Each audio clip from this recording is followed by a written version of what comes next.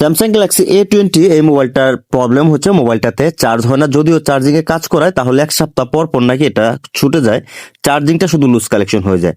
তো দেখেন এটা আমি কিন্তু অলরেডি চার্জিংটা লাগানো, আই চার্জার আপনাদেরকে নিয়ে যাব। দেখেন এই যে আই চার্জারে নিয়ে আসলাম সরাসরি। দেখেন আমি আই চার্জার একটু জুম করে আপনাদেরকে দেখাবো। এখন দেখেন এখানে কোনো এম্পিয়ার নাই।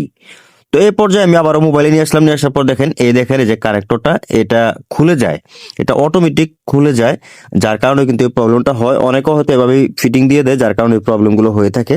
তবে চার্জিং এর প্রবলেমটা আর হবে না আপনারা যদি একটু বুদ্ধি খাটিয়ে ব্রেন খাটিয়ে এভাবে কাজগুলো করেন। আমি যেভাবে করে দিলাম, এটা যাতা দিয়ে ধরলে দেখেন এই দেখেন এখানে চার্জ টানতেছে, ঠিক আছে। একটু যাতা মেরে চাপ মেরে ধরে রাখা লাগে। তো এটা তো আসলে চাপ দিয়ে ধরে রাখা সম্ভব না। তবে এই কাজটা আপনার ছোট্ট একটা জাম্পারের সাহায্য করতে পারবেন। সরাসরি কাজের টেবিলে যাই। তো কাজের টেবিল আসার পর দেখেন এখান থেকে আমি মিটার দিয়ে চেক দিলাম। দেখেন লজিকে 5 ভোল্ট কিন্তু ফুল আসতেছে। এবং এই যে দেখেন রেবনটা, এই রেবনটা বসানোর পরেও এই রেবনটা লুজ কালেকশন হয়ে যায়, দেখেন খুলে যাচ্ছে এটা।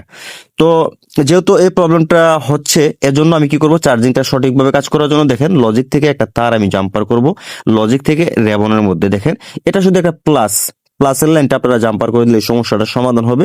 তো এই ধরনের কাজগুলো করার পর অবশ্যই যেহেতু রেবনটা খুলে যাচ্ছে, অবশ্যই একটু গেটিস করে বসানোর চেষ্টা করবেন যাতে রেবনটা আপনার সঠিকভাবে বসে থাকে। এটার অন্যান্য কোনো প্রবলেম নেই, শুধু আপনার চার্জিংটা প্রবলেম করে, বাকি সব ঠিকই আছে। শুধু এটি গেটিস করে বসানো লাগে। কাস্টমার ভাইকে বললাম যে ভাই এটা পরিবর্তন করেন, উনি বলতেছে ওনার কাছে বাজেট নাই।